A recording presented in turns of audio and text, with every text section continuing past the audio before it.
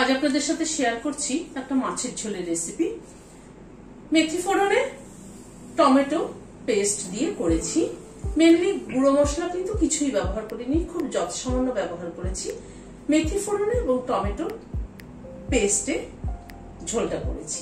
চলুন তাহলে দেখি কি কি ব্যবহার করলাম। আর পাবদা মাছগুলোতে আগে নুন ছড়িয়ে দিচ্ছি, অল্প একটু হলুদ ছড়িয়ে দিলাম, একটুখানি কাঁচা সরষের তেল দিয়ে দিলাম।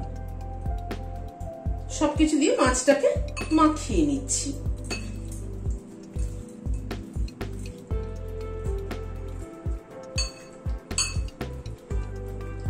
মাছগুলোকে নুন হলুদ আর তেল মাখিয়ে নিলাম। মাছটাকে একটু সরিয়ে রাখছি। এখানে একটা আলুকে লম্বা করে কেটে নিয়েছি আর 4টে পটলকে এরকম মাঝখান থেকে অর্ধেক করে কেটে নিয়েছি। কড়াইতে প্রথমে সরষের তেল দিয়ে দিচ্ছি। তেলটা গরম হয়ে এসছে, পাবদা মাছগুলো ছেড়ে দিচ্ছি। পাবদা মাছ কিন্তু ভীষণ ফোটে, সেই জন্য ঢাকাটা সবসময় আগে একটু রেডি রাখতে হয়।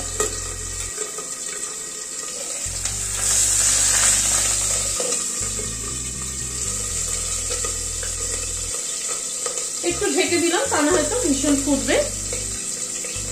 কয়েক সেকেন্ড পরে ঢাকনাটাকে সরিয়ে দিচ্ছি। প্রথম দেওয়ার সাথে সাথে ফোটে, তারপরে কিন্তু আবার অতটা ফোটে না। মাছগুলোকে এবার উল্টে দিচ্ছি। আবার কয়েক সেকেন্ড পরে ঢাকাটা সরিয়ে নিলাম। মাছগুলোকে ভেজে নিলাম, তুলে নিচ্ছি। আবারও 3টে মাছকে দিয়ে দিলাম।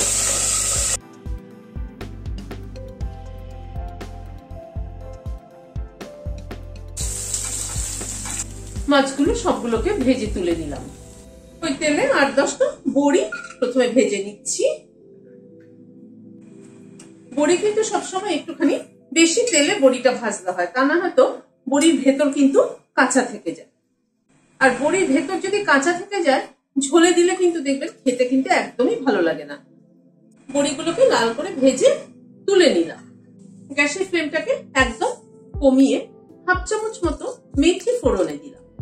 মেথির পরিমাণটা একটুখানি বেশি দিতে হবে এবং মেথিটাকে খুব ভালো করে ক্র্যাক করাতে হবে, যাতে মেথির গন্ধটা ভালো মতো আসে। এবার আলুগুলোকে প্রথমে দিয়ে দিলাম।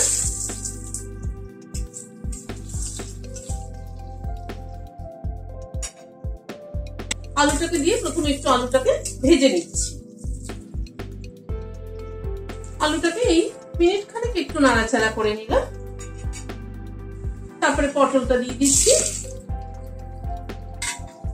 অল্প একটু নুন ছড়িয়ে দিলাম। আলু পটলটাকে একটুখানি ভেজে নিচ্ছি, অল্প একটু হলুদ ছড়িয়ে দিলাম।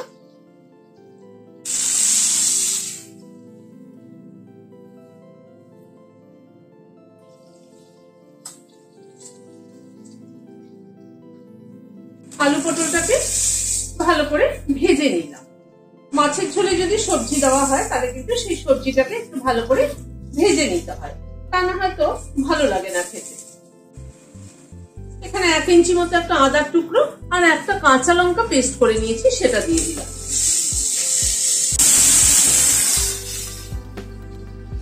সেটাকে দিয়ে একটুখানি নাড়াচাড়া করে নিচ্ছি।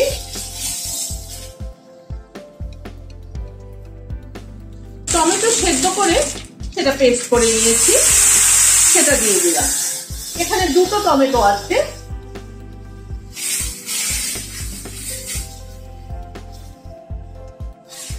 আজকে কিন্তু মেইনলি মাছের ঝোলটা মেথি ফোড়নে টমেটো সেদ্ধ দিয়ে, মানে টমেটোর পিউরি দিয়ে করা হচ্ছে।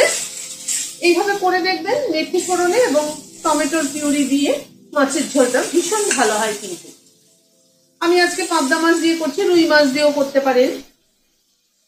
গুঁড়ো মশলার ব্যবহারটা খুব যৎসামান্য করব। 1/2 চামচেরও কম ধনের গুঁড়ো, 1/2 চামচেরও কম জিরের গুঁড়ো। এই জিরে ধনের গুঁড়োটা কিন্তু রোস্টেড জিরে ধনের গুঁড়ো।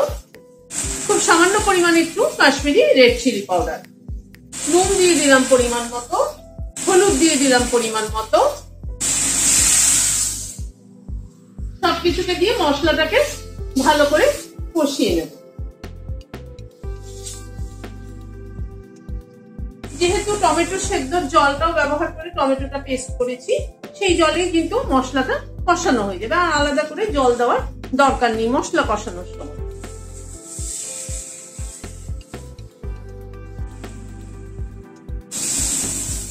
গ্যাসের ফ্লেমটাকে কমিয়ে মিনিট 2 সময় ধরে মশলাটাকে কষিয়ে নিলাম। এবার গরম জল দিয়ে দিচ্ছি।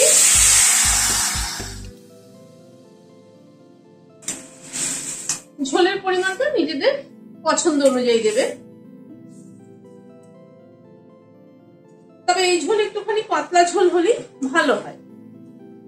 একটু ঢেকে দিচ্ছি, আলু আর পটলটা একটু সেদ্ধ হোক, কারণ পাবদা মাছ তো নরম মাছ, পাবদা মাছ দিয়ে কিন্তু বেশিক্ষণ ফোটানো যাবে না, সেই জন্য আলু আর পটলটা আগে একটু সেদ্ধ হোক। 3-4 মিনিট মতো ঝোলটা ফুটলো, ঢাকাটা সরাচ্ছি, বড়িগুলো দিয়ে দিলাম, মাছটাও দিয়ে দিলাম।